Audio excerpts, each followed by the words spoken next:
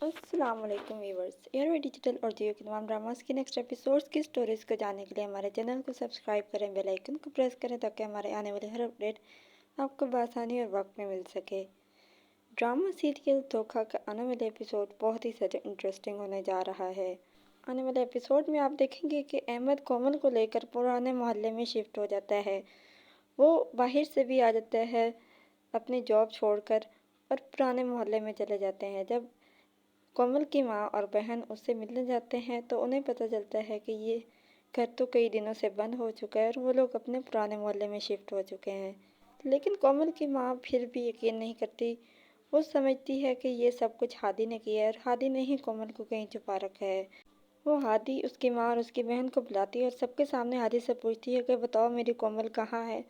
तो हादी यक्का बक्का रह जाता है। वो उनसे पूछता है, कहता है कि मुझे क्या पता कोमल कहाँ है, ये तो आप सबको मालूम करना चाहिए कि अहमद आखिर कोमल को लेकर कहाँ गायब हो चुका है। कोमल की बहन अपनी माँ से कहती है कि मामा, ये हादी का ही किया धरा है, ये सब कुछ इसी ने किया है।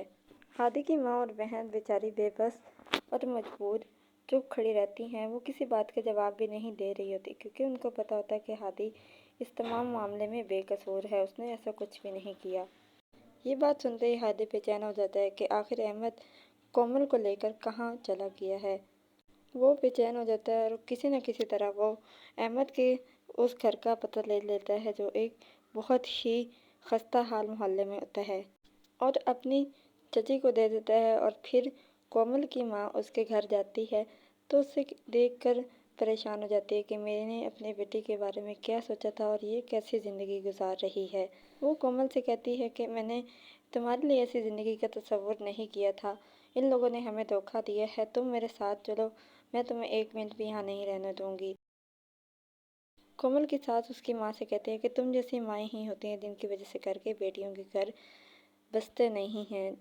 जब कोमल देखती है कि मेरी माँ कितनी बेइज्जती कर रही है तो वो उसे कहती है कि आपका कोई हक नहीं कि मेरी माँ की इस तरह बेइज्जती करे। आपने एक तो हमें धोखा दिया और ऊपर से आप मेरी माँ की बेइज्जती भी कर रही हैं।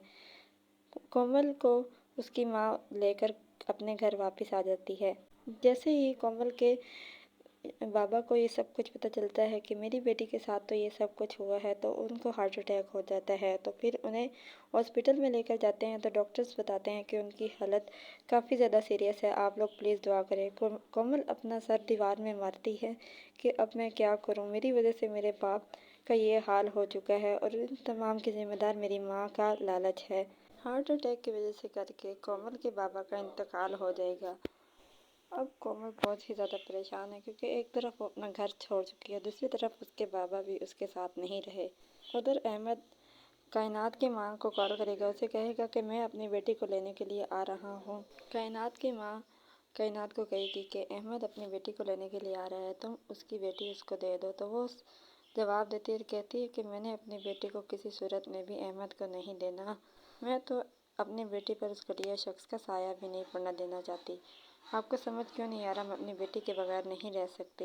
उसका कज़न उसको समझाता है और कहता है कि कायनात, थोड़ा ठंडे दिमाग से सोचो, कल को कोई उसके बाप के बारे में तुमसे पूछेगा तो तुम क्या जवाब दोगी। हमें ज़माने को भी जवाब देना है, इसलिए बेहतर ये है कि तुम उसे उसके बाप के हवाले कर दो। कायनात से ये बात बर्दाश्त नहीं होती और वो अपनी माँ और अपने कज़न से लड़ झगड़ कर अपनी बेटी के पास चली जाती है। अगले दिन जब ये दोनों ऑफिस में मिलते हैं तो अहमद उससे कहता है कि तुमने क्या सोचा। तो वो उसकी बात का जवाब नहीं देती और उसे इग्नोर करके चली जाती है। तो अहमद कायनात से कहता है कि कभी तुम्हें भी मुझसे प्यार था,